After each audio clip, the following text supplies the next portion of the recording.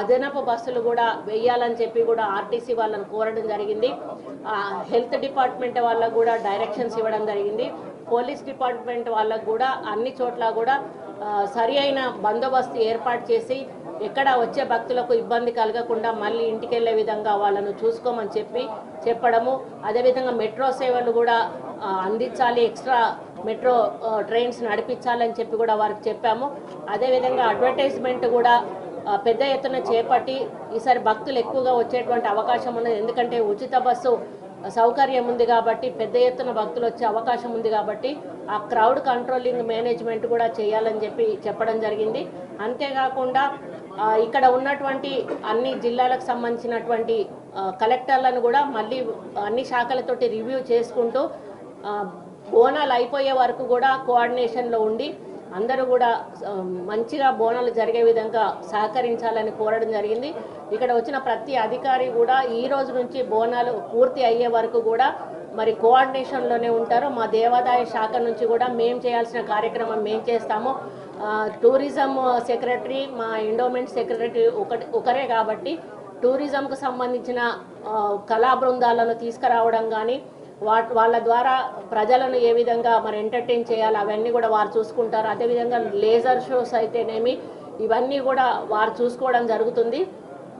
అంబారీలను కూడా మేము తీసుకురావాల్సిన అవసరం ఉన్నది. వాటికి కూడా ఫారెస్ట్ డిపార్ట్మెంట్ నుంచి మేము పర్మిషన్ ఇచ్చి వాటిని కూడా రప్పించి క్షేమంగా అంబారీలను కూడా ఈ యొక్క ఉత్సవాల్లో పాల్గొని మళ్ళీ క్షేమంగా వెనక్కి తీసుకువెళ్లే కార్యక్రమం కూడా చేయడం జరుగుతుంది. ముఖ్యంగా చిన్నపిల్లల విషయంలో కూడా జాగ్రత్తలు తీసుకోమని చెప్పడం జరిగింది. చిన్నపిల్లలకు ఎటువంటి అనారోగ్యం కలగకుండా హెల్త్ క్యాంప్స్ పెట్టి వాళ్ళకి మరి ఆశా వర్కర్లు, అంగన్వాడీ వర్కర్లను అందుబాటులో పెట్టి వాళ్ళకి సరైన మరి ఫుడ్ సదుపాయాలు అవి కూడా కల్పించమని చెప్పి మేము కోరడం జరిగింది.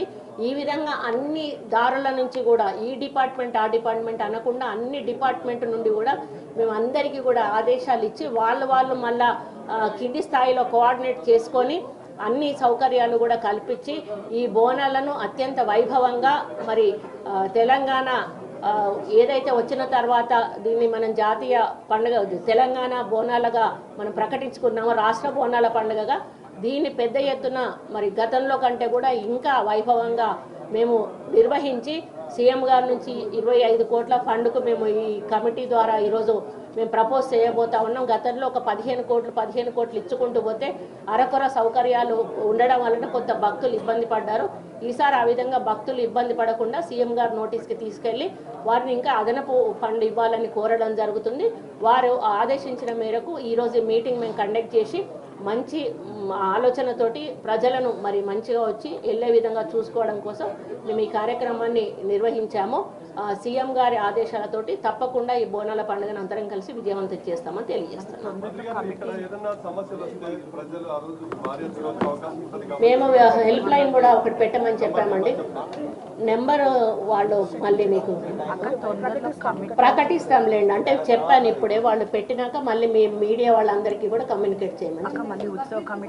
మళ్ళీ ఉత్సవ కమిటీలు ఎందుకంటే చాలా మంది అడుగుతున్నారు ఎప్పుడు ఉత్సవ కమిటీ. నేను ఎందుకంటే ఫస్ట్ జస్ట్ వీళ్ళని ప్రిపరేటరీ మీటింగ్ వీళ్ళకి చెప్పాము.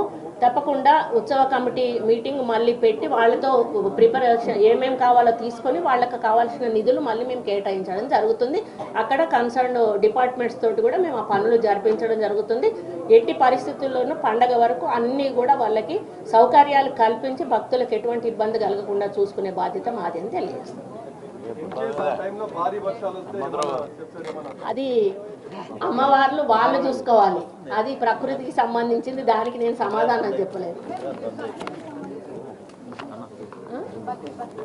బక్రీద్ కూడా చెప్పామండి. ఇదే దీంట్లో బక్రీద్ కూడా డీజే పర్మిషన్స్ కానీ వాళ్ళకి ఎక్కడ కూడా ఇబ్బంది కలగకుండా పోలీస్ బందోబస్తు కానీ వాళ్ళు ఏది ఇబ్బంది పడకుండా చూడమని చెప్పాము.